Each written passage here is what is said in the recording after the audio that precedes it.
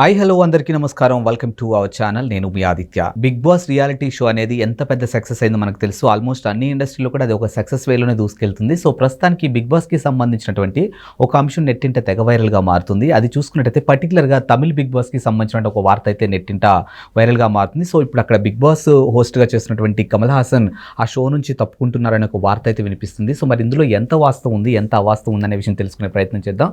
So ప్రస్తుతానికి మనతో పాటు స్టూడియోలో ఉన్నారు సినీ క్రిటిక్ దాసరి విజ్ఞాన్ గారు. సో వారిని అడిగి మరిన్ని విషయాలు తెలుసుకుందాం. నమస్కారం సార్. నమస్తే sir, big boss reality show అనేది ఎంత పెద్ద సక్సెస్ అయిందో మనకు తెలుసు. బాలీవుడ్ నుంచి కానీ, హాలీవుడ్ నుంచి కానీ, మన తెలుగులో కానీ, మిగతా ఇండస్ట్రీలో కానీ. సో ప్రస్తుతానికి తమిళ్ బిగ్ బాస్ హోస్ట్గా చేస్తున్నటువంటి కమల్ హాసన్ ఇప్పుడు ఆ షో నుంచి తప్పుకుంటున్నారు అనే ఒక వార్త వినిపిస్తుంది. సో అసలు ఇందులో ఎంతవరకు వాస్తవం ఉండొచ్చు? అసలు విషయానికి వస్తే బిగ్ బాస్ షో ఎంత పాపులరో దాంట్లో కూడా సీనియర్ హీరోస్ని తీసుకోవడం ఒక ఆనవాయితీగా వస్తుంది. రిజర్వ్డ్, డిగ్నిఫైడ్, అంటే వాళ్ళు చెబితే 10 మంది విని నడుచుకునేలాగా. అండ్ ఎవరినైతే తీసుకుంటారో వాళ్ళు కూడా 10 మందికి ఇన్స్పిరేషన్గా ఉండే వాళ్ళలాగా. లైక్ మన ఎన్టీఆర్ గారే కానివ్వండి, నాని గారే కానివ్వండి, ఇప్పుడు నాగార్జున గారు తెలుగు విషయానికి వస్తే, మధ్యలో రమ్యకృష్ణ గారే కానివ్వండి. నెక్స్ట్ అలాగే తమిళ్ ఎప్పటి నుంచో కమల్ హాసన్ గారే చేస్తున్నారు. ఇటువైపు కిచ్చా సుదీప్ అయినా చేయొచ్చు, ఉపేంద్ర అయినా చేయొచ్చు, ఆ స్థాయి వ్యక్తులు ఎవరైనా చేయొచ్చు. శివన్న చేసిన ఆశ్చర్యం లేదు. అటువైపు మోహన్ లాల్ అండ్ ఇటువైపు మమ్ముట్టి లాంటి వాళ్ళు, అంటే ఈ రేంజ్ వాళ్ళు చేస్తూ ఉంటారు. బేసికల్లీ వాళ్ళకంటూ ఒక స్థాయి ఉంటుంది. సో ఇక అసలు విషయానికి వస్తే కమల్ హాసన్ గారు ఈసారి ఈ సీజన్ నుంచి తప్పుకుంటున్నారు అని చెప్పేసి ఒక ప్రకటన అయితే విడుదల చేశాడు. ఆ ప్రకటనలో ఏముందో చూద్దాం. ప్రజెంట్ యాక్చువల్లీ ఏంటంటే మొదటి సీజన్ నుంచి తమిళ్లో కమలే హోస్ట్గా ఉన్నాడు. సో ఇప్పుడు ఆయన ఒక పెద్ద లేఖ రాశాడు. ఏమని, కొన్ని కారణాల వల్ల బిగ్ బాస్ నుంచి నేను తప్పుకుంటున్నాను అని అన్నాడు. ఏంటి ఆ కారణాలు అనేది ఇంకా రాయలా. కొన్ని కారణాలు ప్రజెంట్ చెప్పుకుంటే ఆ లెటర్ ఇప్పుడు మీరు సైడ్లో స్క్రోల్ అవుతూ ఉంటుంది. ఆ లెటర్ చూస్తూ ఉంటే మీకు అర్థమవుతుంది. ప్రియమైన వీక్షకులారా, 7 సంవత్సరాల క్రితం ప్రారంభమైన మా ప్రయాణం నుండి నేను చిన్న విరామం తీసుకోవడానికి సిద్ధమయ్యాను. భారమైన హృదయంతో మీకు తెలియజేయాలనుకుంటున్నాను. అంటే ఆయనకు కూడా ఇష్టం లేదు వెళ్ళిపోవడం. సో ఆయన అలా ఉన్నాడు. ముందస్తు సినిమా కమిట్మెంట్ల కారణంగా నేను బిగ్ బాస్ తమిళ్ రాబోయే సీజన్ హోస్ట్ చేయలేకపోతున్నాను. మీ ఇళ్లలో మిమ్మల్ని చేరుకోవడం నాకు చాలా గొప్ప అదృష్టం. మీరు మీ ప్రేమ మరియు ఆప్యాయత నన్ను కురిపించారు. దీనికి మీకు కృతజ్ఞతలు తెలియజేస్తున్నాను. బిగ్ బాస్ తమిళ్ను భారతదేశంలోని ఉత్తమ టెలివిజన్ రియాలిటీ షోలలో ఒకటిగా మార్చడంతో పాటు మీ పోటీదారుల ఒక ఉత్సాహభరితమైన మరియు ఉద్వేగభరితమైన మద్దతు ప్రధానమైనది. అండ్ నెక్స్ట్, ఇక్కడ నేను నిజాయితీగా నా భావాలను పంచుకుంటున్నాను. ఎన్నో నేర్చుకున్నాను. ఈ అభ్యాస అనుభవానికి నేను ఎల్లప్పుడూ కృతజ్ఞతతో ఉంటాను. ఇప్పటి వరకు నాతో పనిచేసిన ప్రతి ఒక్కరికి మరియు ఈ షోలోని పోటీదారులకి నేను హృదయపూర్వకంగా ధన్యవాదాలు తెలియజేస్తున్నాను. చివరిగా, నేను విజయ్ టీవీలోని అద్భుతమైన బృందానికి, అలాగే ఈ సంస్థను గ్రాండ్గా విజయవంతం చేయడంలో పాలు పంచుకున్న ప్రతి సిబ్బందికి ధన్యవాదాలు తెలియజేస్తున్నాను. ఈ సీజన్ మరో విజయాన్ని సాధిస్తుందని నేను ఖచ్చితంగా అనుకుంటున్నానని రాసుకొచ్చాడు. ఈయనకు వెళ్ళడం అసలు ఇష్టం లేదు. కల్కి సినిమాలో ఒక బరువైన పాత్ర చేస్తున్నాడు. దానికి వాళ్ళకంటూ కొన్ని డేట్స్ కావాల్సిన అవసరం ఉంది. అలాగే తను కమిట్ అయినటువంటి కొన్ని సినిమాలు ఉన్నాయి. ఆ విక్రమ్ అనేది అదొక సిరీస్, ఖైదీ, విక్రమ్, ఆ వేళ అది వెళ్తుంది. అండ్ ఈయన కొన్ని కమిట్మెంట్స్ ఉన్నాయి. ప్యారలల్గా తను ఒక పొలిటికల్ పార్టీ పెట్టి దాన్ని కూడా చూసుకోవాల్సిన అవసరం ఉంది. ఇంత స్థాయి వ్యక్తి, క్షణం తీరిక లేనటువంటి వ్యక్తి అనుకోకుండా దీంట్లో భాగమయ్యారు. అఫ్కోర్స్ ఆయనకు కూడా బాగా నచ్చింది. వాళ్ళందరికీ కొత్త కొత్త విషయాలు నేర్పడం కానీ, సమ్టైమ్స్ వాళ్ళ దగ్గర నుంచి నేర్చుకోవడం కానీ, ఆ జర్నీ అంతా తనకి చాలా ఆహ్లాదకరంగా, చాలా హాయిగా అనిపించింది. అఫ్కోర్స్ దానికి తగ్గ రెమ్యునరేషన్ కూడా తీసుకున్నాడు. ప్రతిసారి ప్రతి సీజన్ తను ఆనందంగా చేశాడు.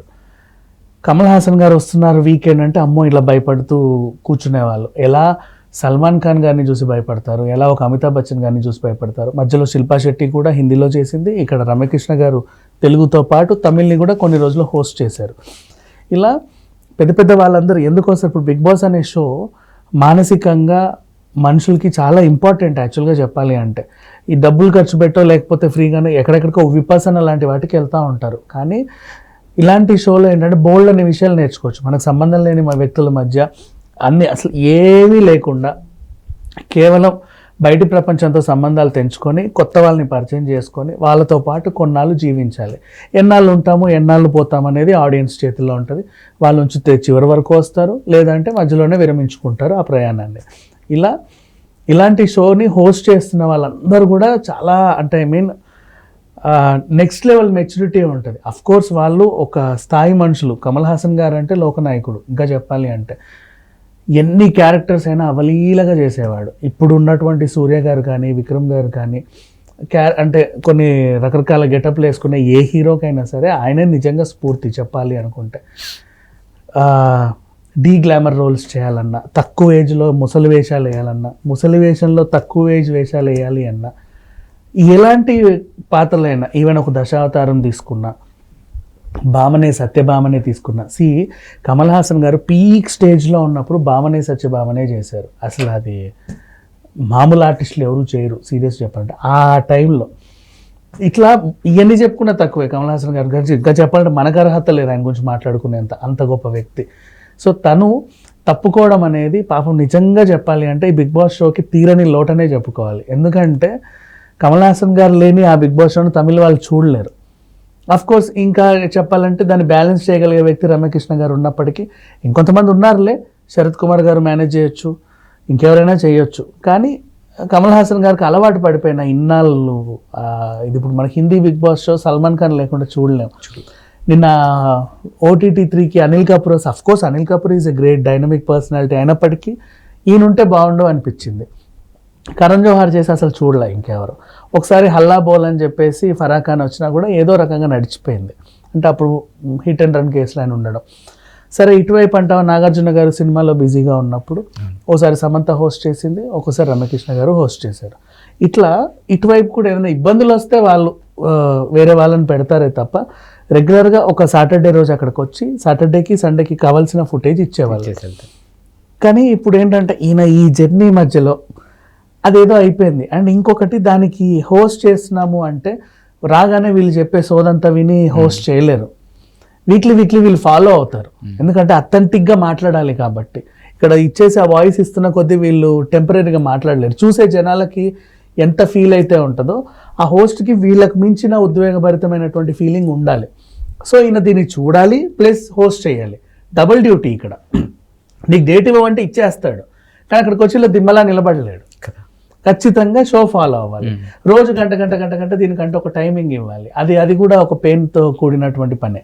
సో ఈ రకంగా చూసుకుంటే కమల్ హాసన్ గారు చాలా ఉద్వేగంగా, అంటే ఊరికే తప్పుకుంటే మళ్ళీ ఏవేవో రాస్తారు కదా, వీళ్ళకి పడలేదు, చెడింది, అందుకే ఈయన అన్నారు, రెమ్యునరేషన్ పడలేదని ఏవో రాస్తారు. కాబట్టి ఇవన్నీ కాకుండా మంచి మర్యాదపూర్వకంగా ఇంత పెద్ద లెటర్ రాసి హ్యాపీగా రిలీజ్ చేశాడు ప్రెస్కి. ఇది జరిగింది.